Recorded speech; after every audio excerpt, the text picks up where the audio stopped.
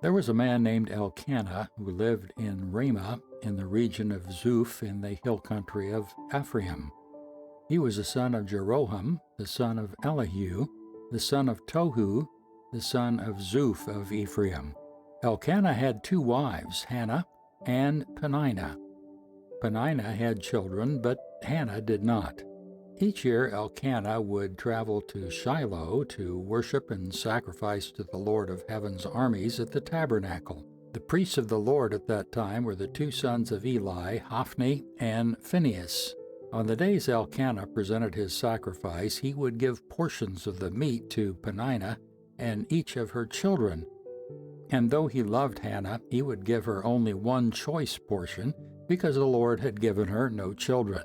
So Peninnah would taunt Hannah and make fun of her because the Lord had kept her from having children. Year after year it was the same. Peninnah would taunt Hannah as they went to the tabernacle. Each time Hannah would be reduced to tears and would not even eat.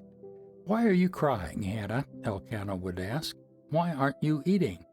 Why be downhearted just because you have no children? You have me. Isn't that better than having 10 sons?" Once after a sacrificial meal at Shiloh, Hannah got up and went to pray. Eli the priest was sitting at his customary place beside the entrance of the tabernacle. Hannah was in deep anguish, crying bitterly as she prayed to the Lord. And she made this vow: "O Lord of Heaven's armies, if you will look upon my sorrow and answer my prayer and give me a son, then I will give him back to you. He will be yours for his entire lifetime, and as a sign that he has been dedicated to the Lord, his hair will never be cut." As she was praying to the Lord, Eli watched her. Seeing her lips moving but hearing no sound, he thought that she had been drinking. "Must you come here drunk?" he demanded. "Throw away your wine." "Oh, no, sir," she replied. "I haven't been drinking wine or anything stronger, but I'm very disappointed, and I was pouring out my heart to the Lord. Don't think that I'm a wicked woman, for I have been praying out in great anguish and sorrow." "In that case," Eli said, "go in peace. May the God of Israel grant the request you have asked of him." "Oh, thank you, sir," she exclaimed. Then she went back and began to eat again and was no longer sad. The entire family got up early the next morning and went to worship the Lord once more. Then they returned home to Ramah.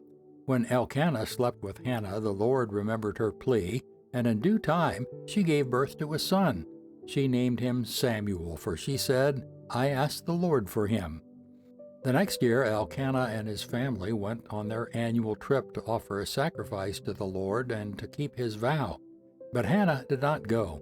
She told her husband, "Wait until the boy is weaned, and then I will take him to the tabernacle and leave him there with the Lord permanently." "Whatever you think best," Elkanah agreed.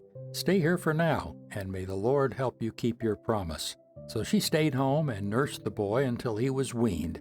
When the child was weaned, Hannah took him to the tabernacle in Shiloh.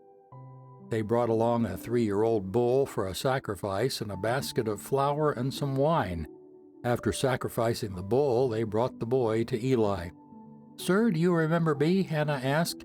"I am the very woman who stood here several years ago praying to the Lord. I asked the Lord to give me this boy, and he granted my request. Now I am giving him to the Lord, and he will belong to the Lord his whole life." And they worshiped the Lord there.